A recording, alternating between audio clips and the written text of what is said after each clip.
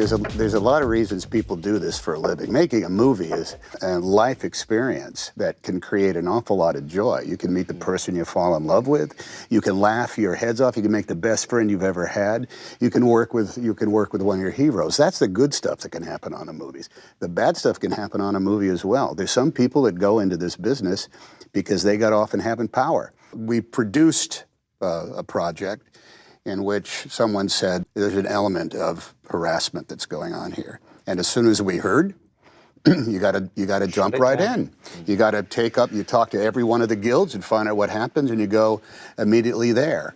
And there can be that type of predatory aspect on a set because you think, well, we're in the circus and we're on the road, so therefore do the rules really apply? They don't really apply. There's the other aspect of it is that come try to get this job from me. You want me to give you a job? Come on, come prove to me that you want this job. That's a sin, and that's against the law, and that is a degree of harassment and predatory behavior that goes against an assumed code of ethics. I think eventually, everybody who has an office or a production office above the coffee maker or the copy machine is going to have a code of ethics and behavior. If you don't follow these, you will not work here. And that's not necessarily going to be a bad thing. Somebody said, I don't know who it was, it says, is it too late to change things? No, it's never too late to change things. It's never too late to learn new behaviors. And that's a responsibility of anybody who wants to obey a code of professional ethics.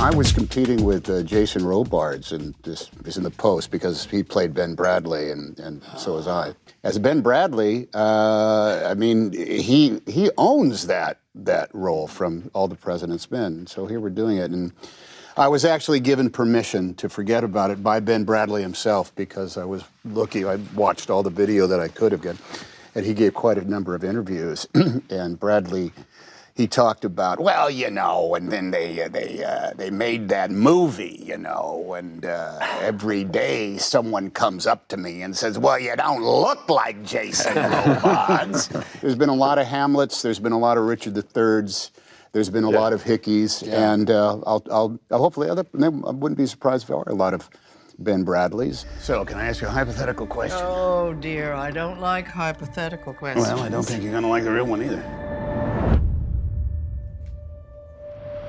Do you have the papers? Not yet. This is a devastating security breach that was leaked out of the Pentagon. The most highly classified documents of the war. The Times has 7,000 pages detailing how the White House has been lying about the Vietnam War for 30 years. He was the most confident man on the planet Earth, loved his job, knew that he was crackerjack at it. And Ann Roth, anybody work with Ann Roth? Ann Roth, the costumer, she's really particular about building the character along with you. And we were shooting it, and I'm trying all these shirts that I would never wear in a million years. And she said to me, do you know why Ben Bradlee walked into a room and owned it? Do you know why? And I said, because he knew. And she said, because he knew.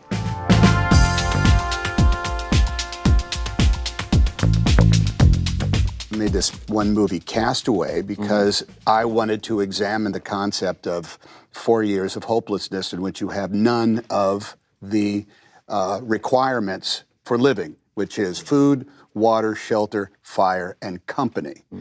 But it took us 6 years in order to put together the alliance that would actually examine that the way it was. And I only had a third of it, and Bill Broyles only had a third of it, so we had 2/3 of this examined theme, and then nothing happened until Bob Zemeckis comes along and provided that other third.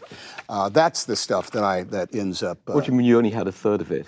Well, I had that original idea. I was reading an article about FedEx, and I realized that 747s filled with packages fly across the Pacific 3 times a day, and they're filled with nothing but packages. And I just thought, what happens if that goes down? What's lost? Packages. Oh, except maybe Well, then, so it's not a. Whose third was the volleyball? I was going to also say Actually, that Wilson. that was Bill Broyles. He had me paint a face on it to give myself company, and Bob said, "No, it's got to come out of your own blood," you know. So he made it an accident out of a bloody hand. So it's like my offspring is there in order to talk. That's how Wilson was born. That's how Wilson was born. Ready? Okay, quiet on set.